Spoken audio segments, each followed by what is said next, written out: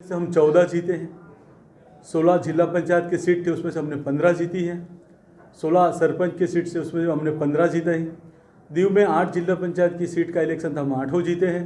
वहाँ 2 by election sarpanch का था, वो भी हमने 2 जीते हैं। मतलब दीव हमने 100% हमने जीता है। उसी तर्ज पे हम सिलवासा की बात करते हैं, नगर पालिका की, तो हमने 15 में से 15 सीटें जीती है नगर पालिका की। जो हमारे हमारे खानवेल और ग्रामीण की डिस्ट्रिक्ट पंचायत की बात करूँ तो 26 में से हमने 24 सीटें जीती हैं, और सरपंच में हमने 26 में से हमने 16 सीट जीती हैं।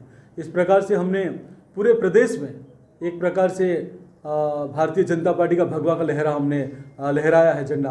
तो मैं आज आपके माध्यम से हमारे जितने भी भारतीय जनता पार्टी के कार्यकर्ता जिन्होंने रात दिन मेहनत की है, उन सबको बहुत बहुत धन्यवाद करना चाहता हूं। और ख़ास तौर पे हमारे जो केंद्रीय नेतृत्व है, हमारे आदरणीय यशस्वी प्रधानमंत्री जी माननीय नरेंद्र भाई मोदी जी, जिन्होंने इस छोटे से प्रदेश में 5 से 6 बार इस प्रदेश का दौरा किया और जिस तरह से विकास की यहाँ एक प्रकार की गंगा बहाई है, इस प्रकार से हमारे देश के यशस्वी प्रधानमंत्री जी ने इस प्रदेश को गिफ्ट के तौर पे दी है। जैसे कि मैं बात करूं, हमारे प्रदेश के ही हमारे माननीय प्रशासक श्री प्रफुल्ल भाई पटेल जी ने अपने 9 साल के कार्यकाल में इतना विकास किया है कि हमने कभी नहीं तो 60 साल 70 साल में कहीं देखा, इतना विकास उन्होंने किया है। और मैं आज गर्व से कहता हूँ, ऐसी एक भी कोई कॉलेज ना हो बाकी हो इस प्रदेश में, इस कॉलेज ना। हेल्थ के बारे में तो आप बता सकते हैं कि नमो मेडिकल कॉलेज और नमो हॉस्पिटल, हमारे यहाँ मरोड़ में 1200 बेड का हॉस्पिटल, मतलब इस प्रकार की हेल्थ में और एजुकेशन में जिस प्रकार की यहाँ विकास हुआ, जिस प्रकार से यहाँ डेवलपमेंट हुए, मैं उसके लिए माननीय प्रशासक श्री प्रफुल्ल भाई पटेल जी का, हमारे देश के यशस्वी प्रधानमंत्री जी का और हमारे राष्ट्रीय अध्यक्ष जी का मैं इस मंच से दिल से बहुत बहुत आभार व्यक्त करता हूँ। दमन, दीव और दादरा नगर हवेली के जो चुनाव थे उसके रिजल्ट આજે આવી ગયા છે। હું આ તબક્કે પહેલાં તો દીવ, દમણ અને દાદરા નગર હવેલીની પ્રજાનો હૃદયથી હું આભાર વ્યક્ત કરું છું, અને ખાસ કરીને અમારા ભારતીય જનતા પાર્ટીના દેવતુલ્ય કાર્યકર્તાનો પણ હું હૃદયથી આભાર વ્યક્ત કરું છું। રિઝલ્ટ 95%થી પણ વધારે નગરપાલિકા, જિલ્લા પંચાયત તેમજ સરપંચીઓની ચૂંટણીમાં જે આ પરિણામ મળ્યું છે એ અભૂતપૂર્વ છે।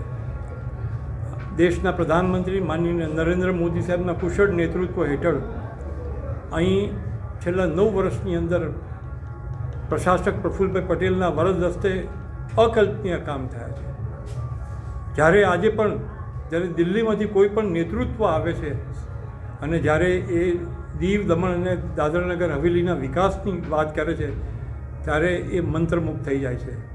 આ તબક્કે હું પ્રશાસક શ્રી પ્રફુલ્લભાઈ પટેલનો જેટલો આભાર માનું એટલો ઓછો છે। ખૂબ નિડરતાથી એવા બધા પ્રશ્નો જે હલ કર્યા છે જે મોટા સિટીમાં ગુજરાતમાં મારી પાસે નથી।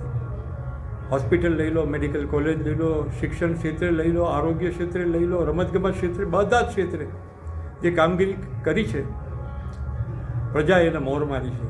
જ્યારે મેં ડોર ટુ ડોર પ્રચાર કરવા ગયા ત્યારે અમને એવું હતું કે ખૂબ વિરોધ વંટોળ આ પ્રચાર દરમિયાન હશે, પણ આપ લોકોના માધ્યમથી કહેવા માગું છું કે અભૂતપૂર્વ પ્રતિસાદ અમને પ્રાપ્ત થયો છે। ખૂબ સરસ કમ્પ્લેન હોય તો કહી પણ છે, અને એક જ વાત કરે કે ઇલેક્શનને દિવસે કશું જ નહીં, અમે આપીશું તો મત ભારતીય જનતા પાર્ટીને આપીશું।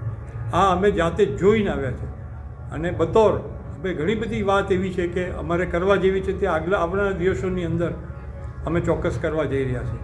તો આ ક્ષણે પ્રધાનમંત્રીજીનો પણ જે પ્રકારે 13,000થી 15,000 કરોડના વિકાસના કાર્ય આ 3 સંઘ પ્રદેશની અંદર ચાલતા હોય તો હું માનું છું ત્યાં સુધી પ્રજાએ એને સાંભળ્યું છે, અને પ્રજાએ આ વિકાસના કાર્યને એન્ડોર્સ કર્યા છે એવું કહીશ તો ખોટું નથી। દમણના અને દીવના સંસદ સભ્ય જ્યારથી ચૂંટાયા ત્યારથી રોજ દર અઠવાડિયે કંઈક નવું કંઈક વિષય લઈને તે આલોચના કરે। 1.5 વર્ષ થઈ ગયું। આજે અમને જે પ્રચાર કરવા જતા હતા ત્યાં લોકોએ કહ્યું છે કે સિર્ફ વાતના વડા કરે છે, બાકી કંઈ થયું નથી। અને આજે કોઈ વસ્તુ આજે વિકાસ જ્યારે કરવો હોય તો એને પેપરમાં આપીને રોજે રોજ એને વાગોડિયા કરવાની કોઈ મતલબ નથી. કામ એક પણ કામ થયું હોય તો બતાવો. પ્રજા સારી રીતે ઓળખી ગઈ છે અને લોકસભાની અંદર જે ભૂલ પ્રજાથી થઈ છે આ વખતે સામે ચાલીને કીધું કે અમે એ ભૂલને સ્વીકારી લઈએ છીએ અને ભારતીય જનતા પાર્ટીને મત આપ્યા છે. અને આજે જે આ પરિણામ આવ્યું છે એ આ વિકાસના અનેક કાર્યથી આવ્યું છે. શાંતિ સલામતી આ બહુ મોટો વિષય છે જે માનનીય પ્રશાસક પ્રફુલ્લભાઈ પટેલે દરેક ઉદ્યોગકારથી માંડીને જાહેર જીવનમાં આજે નમો પથની અંદર બેન દીકરીઓ માનનીય વડાપ્રધાન નરેન્દ્ર મોદી સાહેબ અને આપણા પ્રશાસક પ્રફુલ્લભાઈ પટેલનો હું જેટલો આભાર વ્યક્ત કરું એટલો ઓછો છે.